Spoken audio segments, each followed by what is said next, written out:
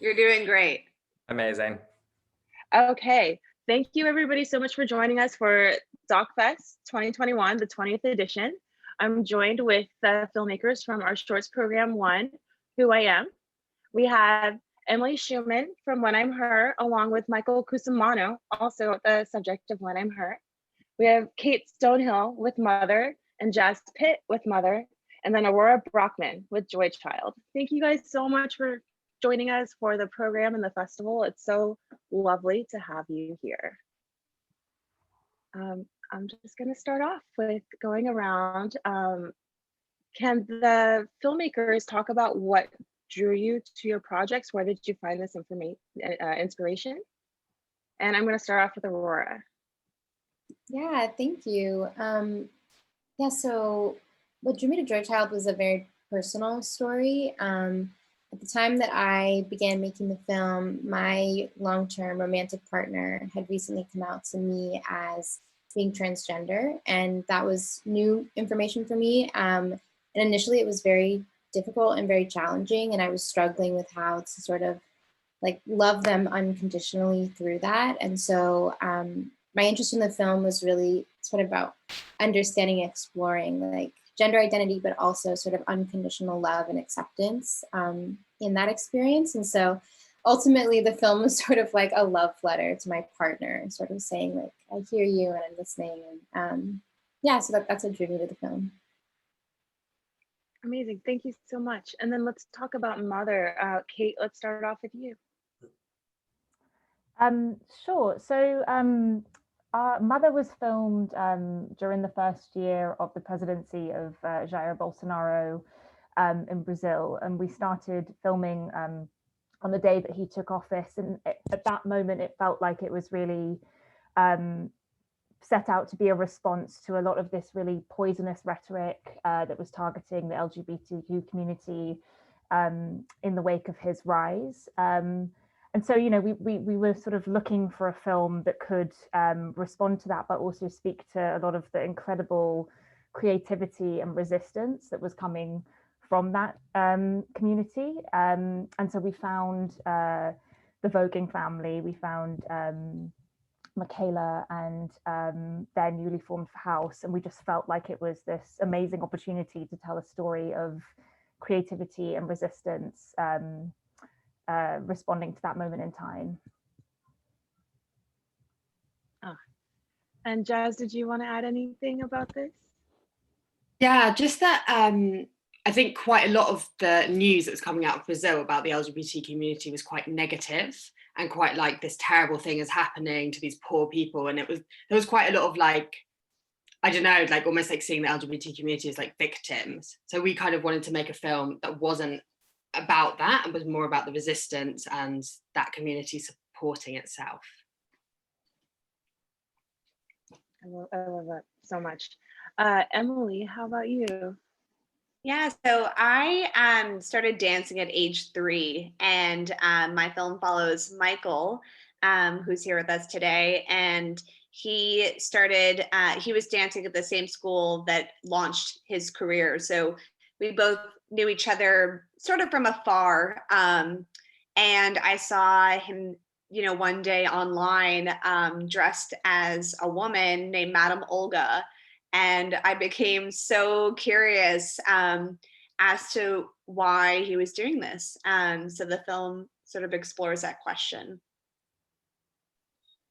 And Michael, a question for you. First off, like I am just obsessed with Madame Olga. Like I want her like in my life, telling me how to overcome every moment that I have something terrible happening or hard or difficult. Like she is such a breath of fresh air.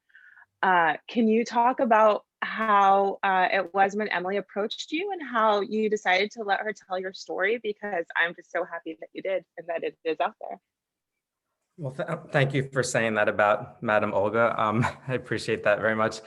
It was just very random. Emily just messaged me out of the blue and said, like Emily said, I'm curious, why are you this person? And can I just film you a little bit? And I didn't think anything of it. I actually felt a little self-conscious because Olga is very it's like my life and her life, and I'm a little bit protective of her life, and I felt I had to really trust Emily to film me and let her film the process. So it was quite a lot of trust that went into that. So it was just really random. I just never thought about what was happening. She'd call me a couple of times a year and say, "Hey, can we film next week?" And I just was like, okay. And I didn't know what was happening ever, because I allow Olga to really take over the situation and the energy, because I believe she's a real human, and I'm glad you like her. I wish I could meet her. Through the transformation of cinema, you will be able to have but a glimpse of her power. And I think this is a nice pivot to the other filmmakers. You know, there is such a trust that goes into the documentary art form when you work with your subjects. And I was wondering if we could all just have a little conversation about what it was like when you approached your subjects, and what were your techniques for saying, like, I'm here and I respect your story and thank you for including me in it. And maybe this time we'll start off with Jazz.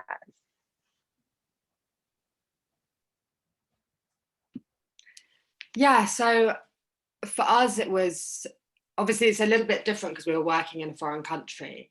It was really important for us to work with a producer who was from the transgender community, specifically also from the transgender communities in the favelas that we were working in. And really, a lot of that first building of trust is with your producer, because you're convincing them that your idea for a story, and you're kind of feeding off their ideas, and that's going to be an authentic representation of them and their community. And then through her, we then get the trust of the other characters and the other people who are in the film. So yeah, it's a kind of, I suppose it's like there's a step in between. And Kate, did you have anything to add to that process? Yeah, I think Jazz is absolutely right that it was really led by that relationship, and then it was a case of just being really responsive and flexible. You know, there were things that we couldn't film. There were moments when that wasn't right. And I think particularly with an observational film like Mother, you're kind of led by your contributors. And that means kind of giving yourself over to that process and losing a bit of control. But I think that what's really rewarding about the film is that it does feel subjective, because it is a film that really embraces kind of embedding itself in the perspectives of the contributors. Exactly, that's very well put. Aurora, in your case, you're dealing with, you know, a pretty young child in a very intimate setting, and what is an incredibly intimate relationship between a mother and their child. And I was wondering if you could just talk a little bit about your approach to that relationship. Thank you. Yeah, it was, you know, making this film, wow, it was such a delicate thing. I mean, initially it was just very challenging to even find a child to be in the film, because obviously, you know, you're putting a child in a very vulnerable position by having them be in a film and potentially opening themselves up to any kind of response like that can't be controlled. And so I initially had approached a friend of mine whose child is trans about seeing if her daughter would be interested in being in the film. And you know, she spoke with her daughter about it, and her daughter isn't open about being trans. Like she was assigned male at birth and lives as a little girl and wants to be that way and be able to grow into an adult and pass as cis, which, I mean, everyone has the right to do if they wish. So, and I found that with a lot of parents, they were like, you know, my child is so young, I can't make that choice for them. Maybe someday they're not going to want to have this document. So it was very, very challenging. But ultimately I found some parents and kids who really felt like, you know, one, that they were embracing of their trans identity, and that they felt like that wasn't something that at some point they would want to shed. And and so they felt like, I want to be a resource to other little kids like me who might be feeling similar things. but it definitely took a lot of time building trust in the relationship. I think part of that came from me being very vulnerable about where I was coming from in approaching the subject. And that was from my own personal relationship with having my partner being trans and going through that coming out experience with them. And so I think there was like an exchange of vulnerability and trust through that and through sharing our own difficulties and our own stories. But yeah, I think it just involved, you know, being patient, really listening, never like letting the people you're filming feeling like you have any kind of ulterior motives or, you know, like, and of course I never did. And yeah, just spending a lot of time with the camera off to build trust. We just like hung out a lot. We went to the park, we like sat down and had ice cream in their house. Like we just spent a lot of time just hanging out before we ever turned the camera on and before I recorded anything. And but ultimately the conversation they ended up capturing is really, I think, mostly a testament to the really beautiful relationship that this parent and child have, and that they're able to be so vulnerable with one another. So as much as I want to take credit, like I'm just so sensitive, and I, you know, I also really feel like they're just kind of an exceptional pair, and that they're able to, you know, share that intimacy. And it was an honor to be able to witness it. Oh, I'm sorry, I said it before, but I just love this program so much because there is so much resiliency and beauty in the way that each and every one of you approach your subjects, and in Michael's case, his life. So again, that's just really heartwarming, especially after the year that we've all been through. I was wondering if we could pivot over to talking about some challenges, and I wanted to start off with Michael, because you do reveal a lot of yourself, and the act of letting somebody in is strange. You're like, what are you doing? Why are you following me?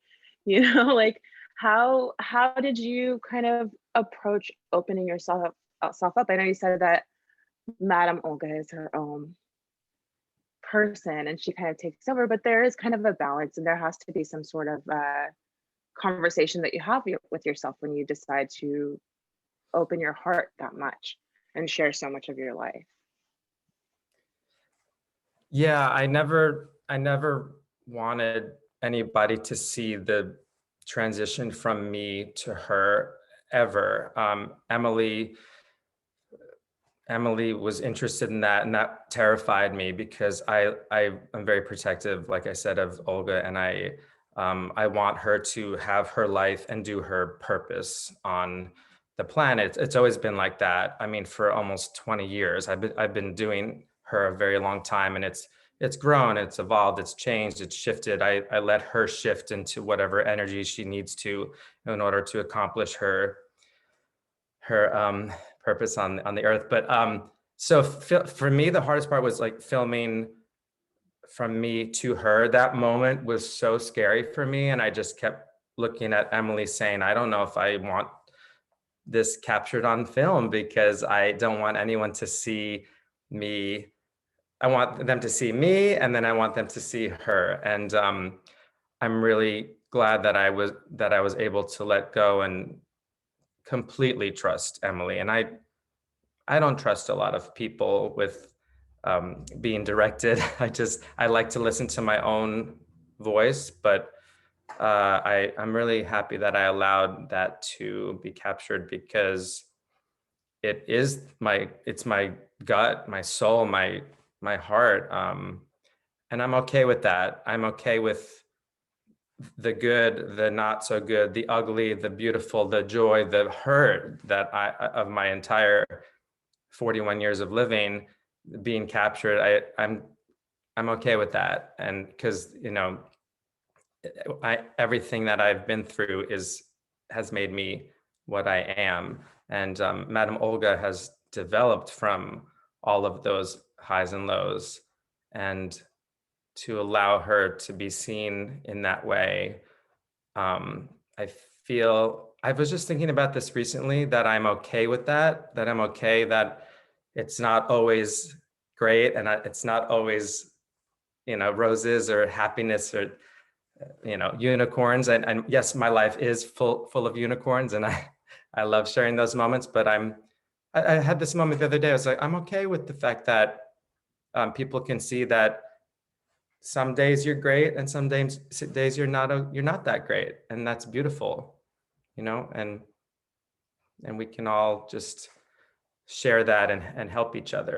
And Madame Olga has found a way to, I think, help people and guide people that in a way that maybe I can't. I allow her to do that. I allow her to take over me and just do her. And it's interesting because every time it seems to be a little different, and she finds a new way to connect to people that she needs to do. Yeah. So needed. Thank you so much. I think, especially living in the age that we do, right, where we're able to project one version of ourselves, through social media, and even just the way we move through our lives, that you don't always get to see what's below. And I think that the way that you sum up your experience with your collaboration is really beautiful. So thank you. Thank you.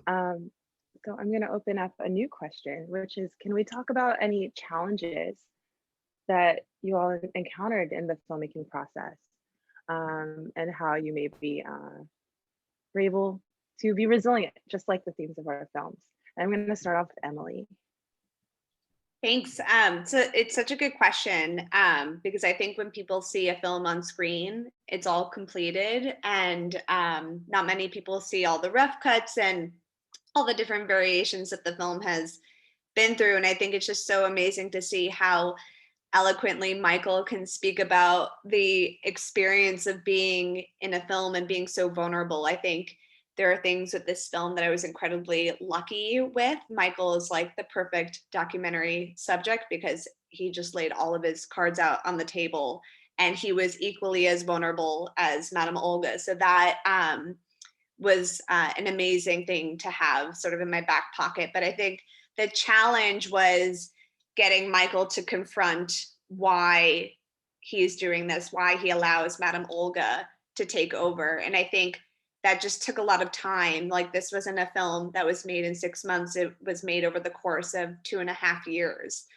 because you can't rush, somebody's own personal awakening.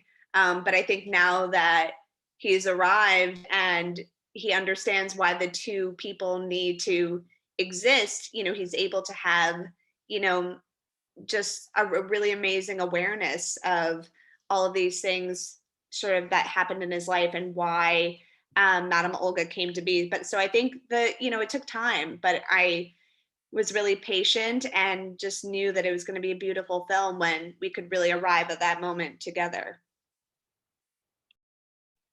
You.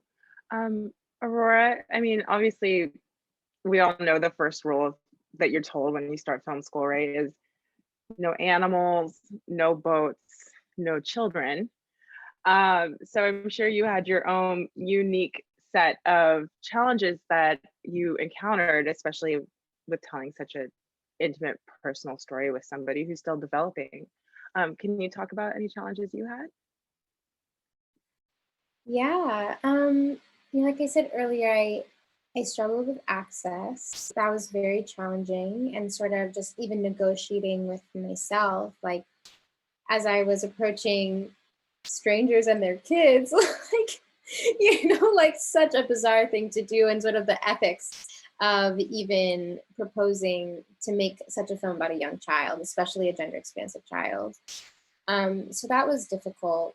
I think the greatest challenge partly for me had to do with the medium, because I shot it on 16mm black and white on a Bolex, and a Bolex, people who are familiar with using one, is like the devil's camera. I mean, I'm like cranking it, and like shooting on a Bolex with a child is really challenging, because nothing can be particularly spontaneous when you have to wind your camera and you have to measure your distance and you have to do your Sekonic light meter and all of that stuff. So partly it was just a challenge of like, how do I contain rambunctious kids into the frame of this camera?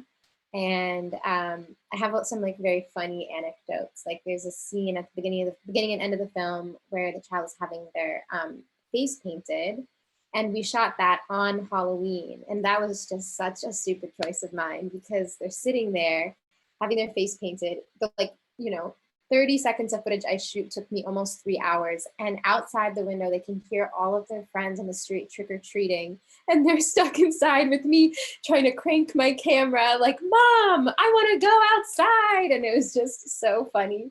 Or we were at the park filming like the stuff you see at the park, which was actually shot at like their elementary school in Berkeley. And at one point they like took one of my lenses from this ancient camera and started running around the park with it. And I was like, please give it back. That belongs to the school. I'm gonna get in so much trouble. You need to give that back to me. So there was like a whole host of troubles pre-production in like gaining access.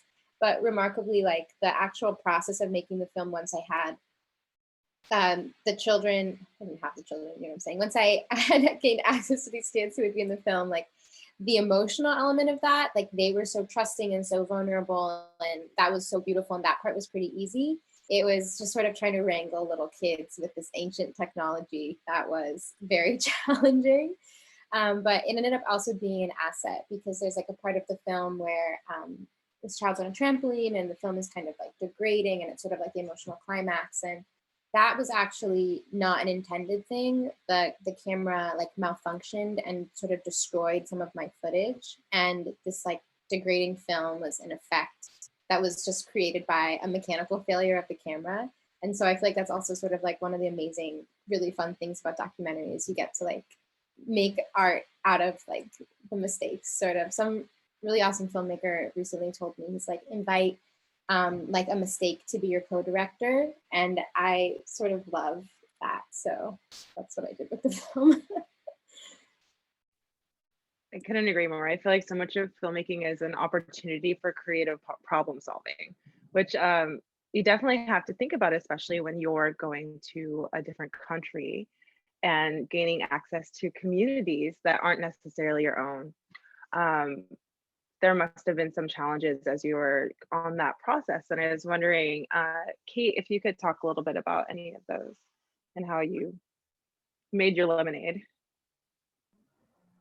Yeah, I mean, I think that as Jazz said earlier, you know, working like one of our key collaborators, Lua, was, I mean, just absolutely crucial to this process, and that was our producer. And I think that we had to like really give ourselves over to that process, and also you know, be you know, I think that was what really kind of enabled our relationship with our contributors. And yeah, I think, you know, in terms of, I mean, challenges, like there were many challenges. I think we were very aware from the beginning that, you know, we wanted to make a film that was this kind of joyful celebration of this community, but also balance that with, you know, the reality of some of the dangers that were like very present at that moment in time, and show that in the film without also kind of portraying our contributors as victims. So it's great that this is playing in a program that kind of brings a lot of films together that do that, and I'm really excited to watch the other ones, because I think that was definitely something that we were really committed to from the beginning, and was also something that we committed to with our contributors and kind of communicated to them. But I mean, again, as I said, I think like working in a different country, you know, working yeah, with Lua was just we couldn't have made this film without her. Jazz, I don't know if you have anything to add there. Yeah, I suppose just when we're talking about challenges, we're talking about like quite like practical challenges. I mean, it's a really, the places that we were filming were actually quite dangerous. We had this app that was like community source data, which told you where like guns were being fired in different areas. And again, like as somebody who's not from the community, you don't recognize the signs that might mean that you might be in a dangerous situation.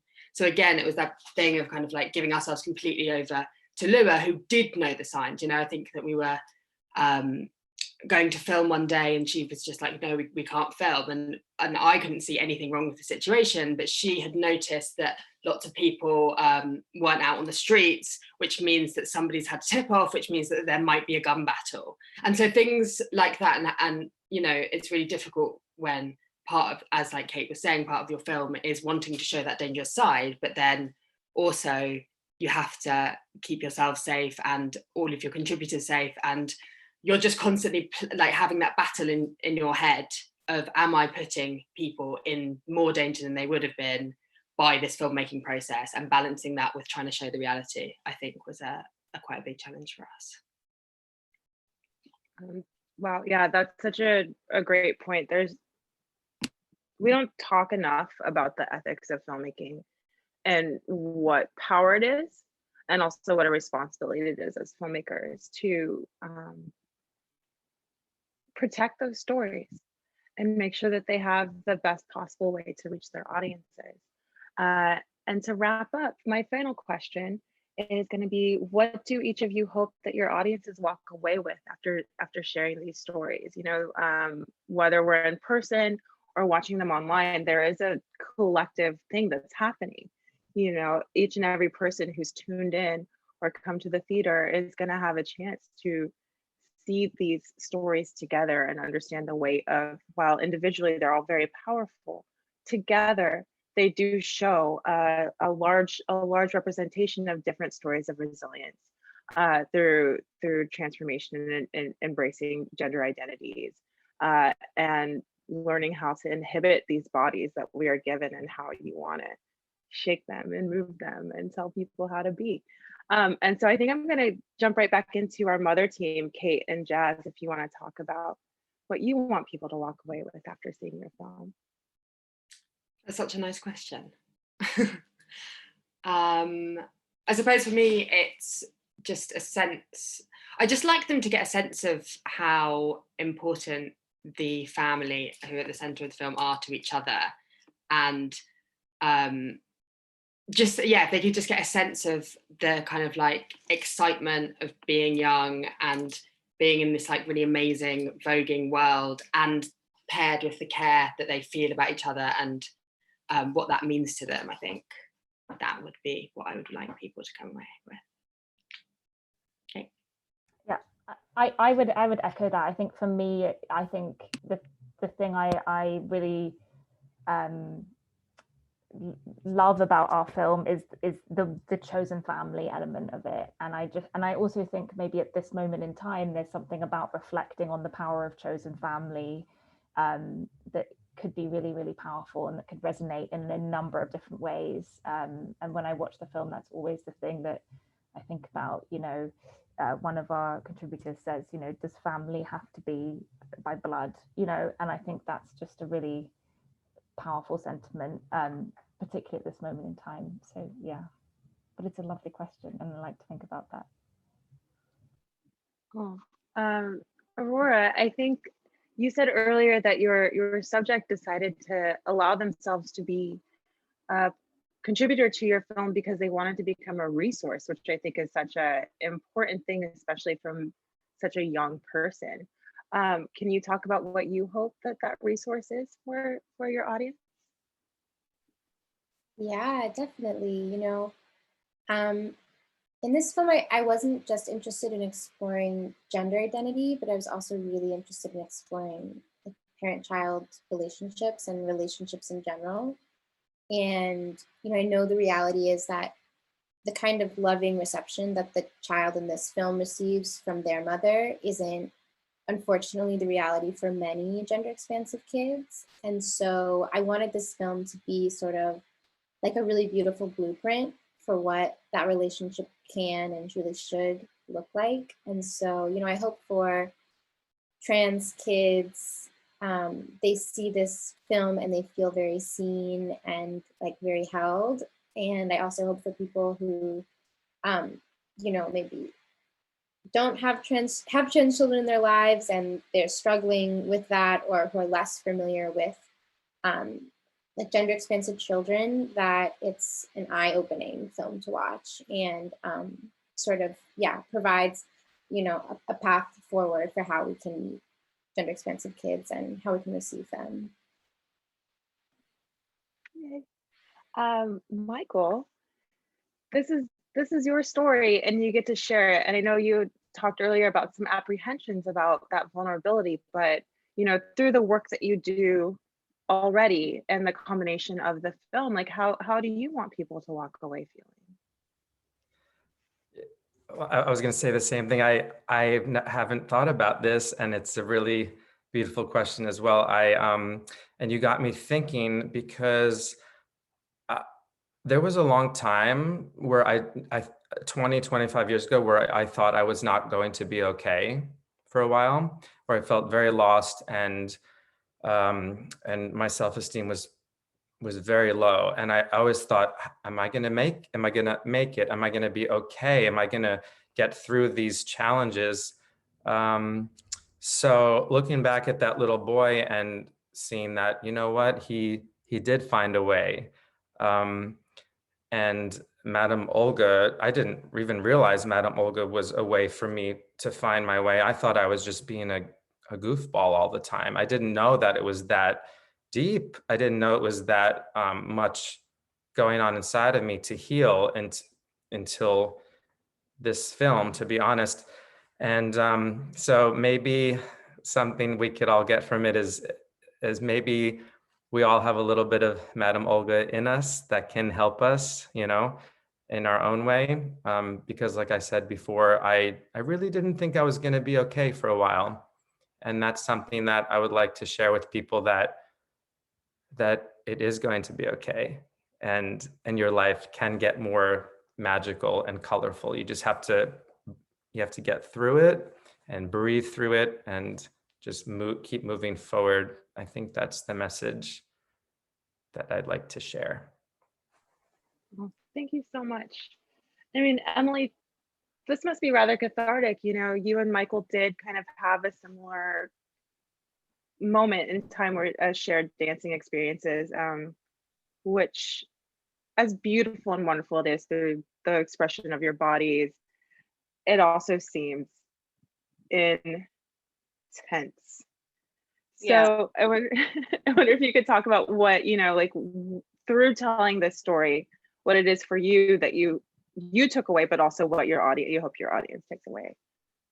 Yeah, I mean, ballet is such an interesting art form because your body is your art form. And I think Michael knows better than most people that, your body is so ridiculed. And, I think from my experience as a dancer, my limited experience compared to other dancers, from the outside looking in, Michael is such a beautiful dancer, and Madame Olga, just such beautiful dancers.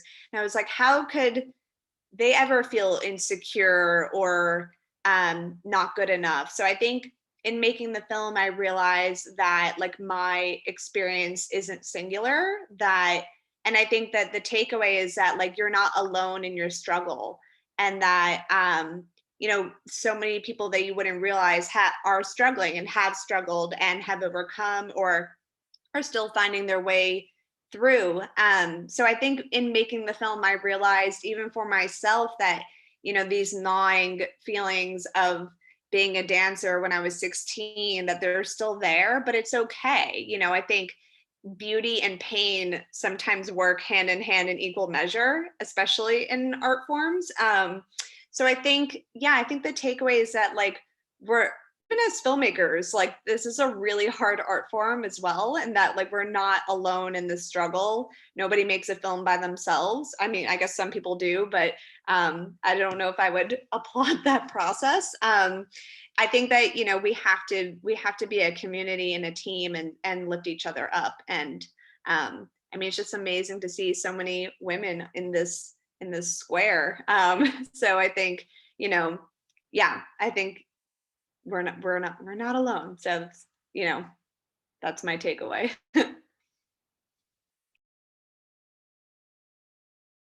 I am muted. The only time I did this entire time. Yay me. Laugh at me, audience. You're welcome.